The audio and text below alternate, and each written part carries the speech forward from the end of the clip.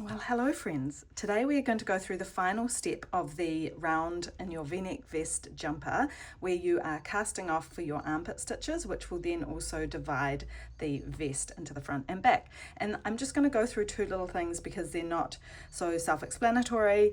I'm going to do the final cast offs for the armpit, and then we'll put the stitches on the on a bit of scrap, just in case you haven't done that before. So the reason I wanted to go through this final step is because you will have counted out your first knit stitches and then cast off 4 for your armpit already, 1 armpit, and then you're coming around and you've done the rest of your stitches and you've got to the whatever number is relevant for your size.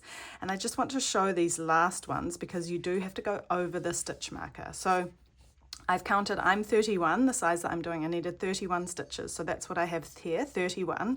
And then always for a cast off stitch, you have to do 2. So you're gonna, oh my word, you're gonna do two extra stitches and then do your cast off. So that's 1 cast off there, and then another stitch and another cast off. I'm sure you've already done this before because you've already cast off some, so you must have figured this out. But I just want to show because that's 3, and now we actually have to go over take the stitch marker off for the beginning of the round just to do that final one, because otherwise we would have had 1 stitch hanging loose on this side. So we still now have 31 on this side, so you almost can put that back onto this needle for now, because what we are going to do is we are going to be taking these stitches off and putting them on a stitch holder or a scrap bit of yarn. So the way I'm going to do this is I'm going to go reverse styles.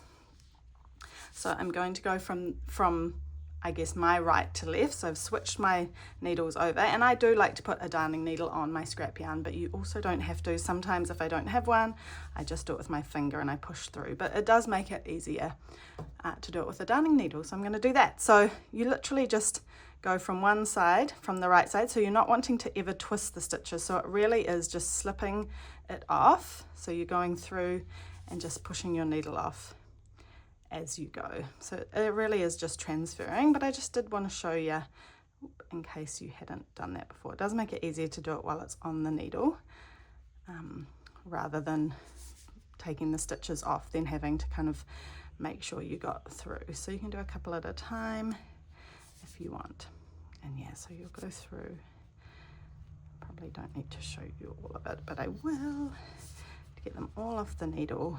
And then I just tie a nice neat little bow when I do it. So pull that through, and I do it as you go so that you don't end up at the very end with a lot to pull through, almost like a drawstring kind of situation.